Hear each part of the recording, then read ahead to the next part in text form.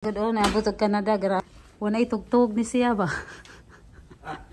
Dali ko na madato ko no. Lek, dali, makadato jud ko palahunon sa gawas or ni kabuntag. Wa kay snow. Kapila ra snow.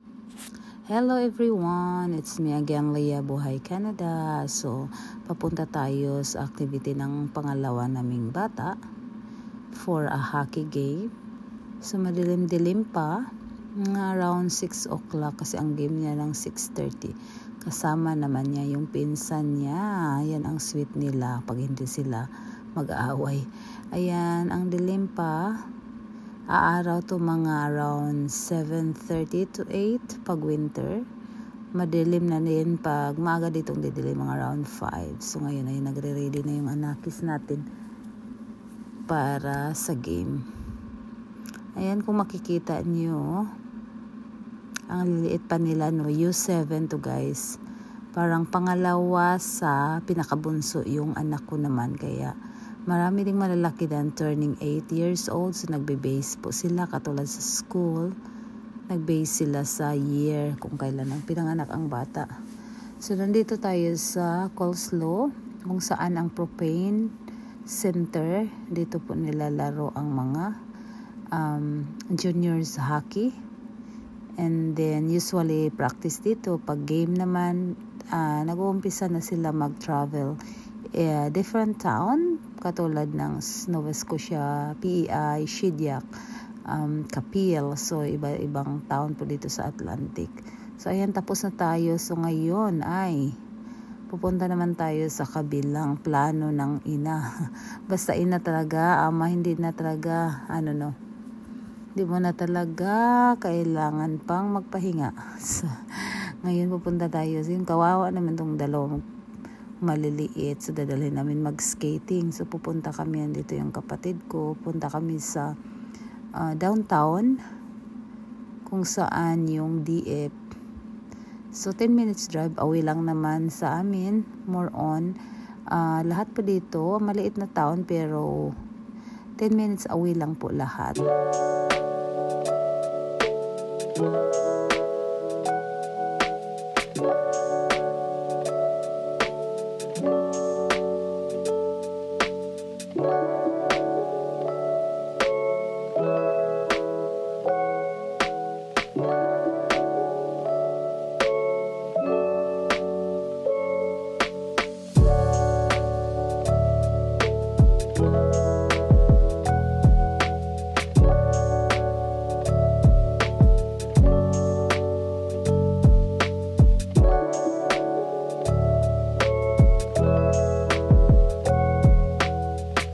Sa DF din mismo, malalayo konti, 5 minutes more galing sa Main Street kung saan kami pupunta. Mayroon silang rentals equipment, pero dito ang ginawa ko ay bumibili na lang kami sa marketplace kung pangbata, as long as yung helmet ay safe talaga. So kung baga hindi pa expired, pero yung mga skating shoes para sa mga bata sa marketplace lang binibili ko kasi minsan ang bilis lumalaki ng mga paa nila. Minsan next year hindi na nila magagamit kaya sobrang mahal, diba? Kung bibili ka tag 20 na lang, kung sa marketplace kung bibili ka ng brand new tag $100 something plus tax, so mahal kasi hindi pa masusuot. So ayan, nandito na kami sa downtown ng Moncton.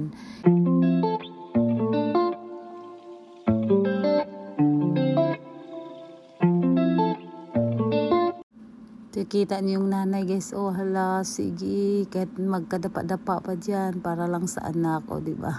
3rd season ko tong practice guys, not too bad, pero parang makikita niyo yung isang pa ako guys, parang disabled, but anyhow, natuto din kahit papaano, but I'm still working on it. So na-boring kasi ako mag-antay at ang lamig pag lang tayo, naka-steady sa gilid, or kahit iniikot namin yan mag-asawa hanggang mag-aantay matapos yung mga bata kasi sobrang boring, malamig. Kaya yan, natuto na ako. Ayan, tinuruan ako ng Pangalawa ko kung paano mag-balance. Penguin moves daw, penguins.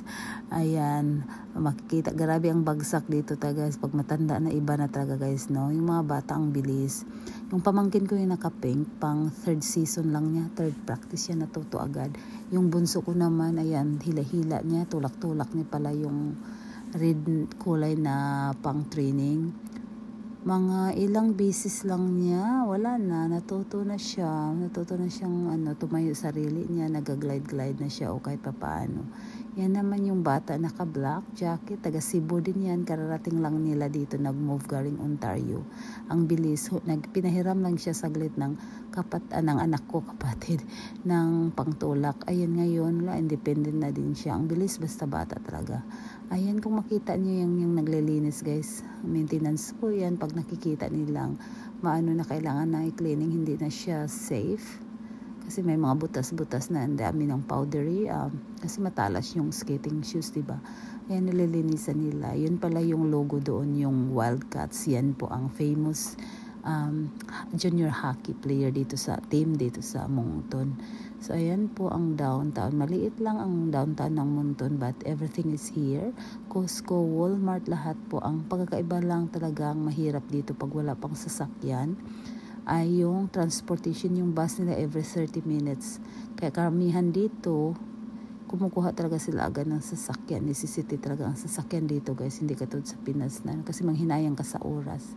O ayan na, natututo na ang mga bata. Ayan, natapos na kami guys. Almost 3 hours din kami.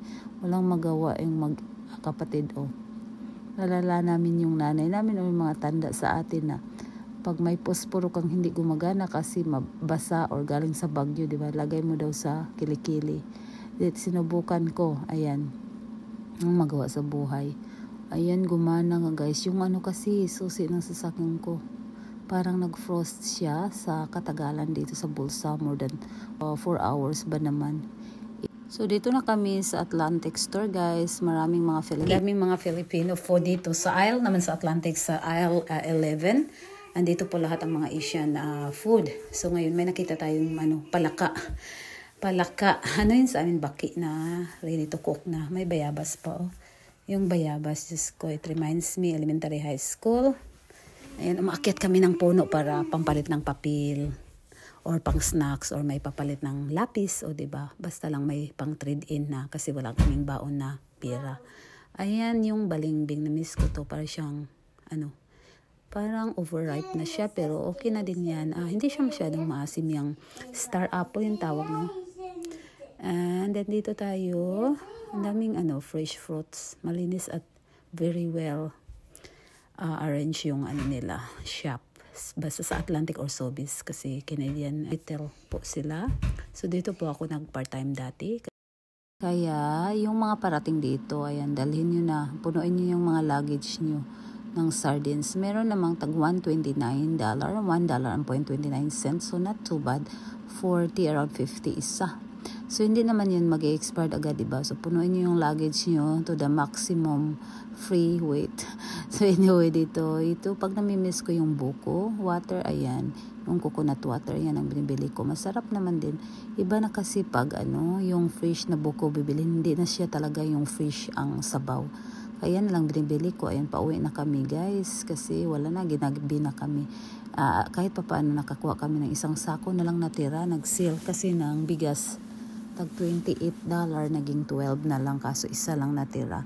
So every Thursday ang sale po dito. So nandito na tayo sa neighborhood at ay nako, pagod na.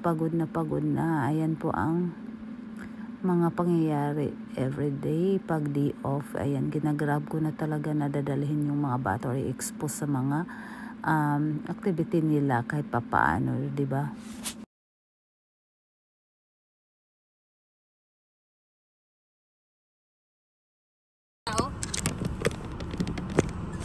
Galumba po sila, gapaibog silang tren. Una itugtog ni siya ba? Ang duty sa una, guys. As 4 po kumugikan kay agbas lagi.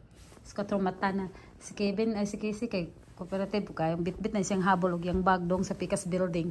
Tug siya balik sa luwi kayo. Tug balik siya sa couch. Hanto ting eskwela. I-adjust na yung timing. Manapakubit mo na una. Di ara kwarta sa Canada. Wala pa yung utang na Dili ko na madato ko no. Lek, dali lek makadato jud ko no diri lek. Wala ko ni sa tugtog. Swerte naming panahon na ron kaway palahonon sa gawas or ni kabuntag. Wa kay snow. Kapila rin snow ron hardly ka tulo ka upat. Kada buntag lagi pala. Dagang gagalawan si Casey kay may pala sa kumo duty. Dili kagabi pala. Nalik. Ika mo nang duha dire magkuan. Part-time siya 10 to 2. Then duty siya 7 a.m. to 4 p.m. So at least may 4 hours na tulog. Anyway, thank you so much for watching guys. I hope you enjoyed my video. So kakain muna tayo kasi sobrang gutom na. Ang sarap ngayon sa mainit na sabaw sa taglamig na panahon. So I hope to see you guys on my next vlog and have a good one. Bon appetit!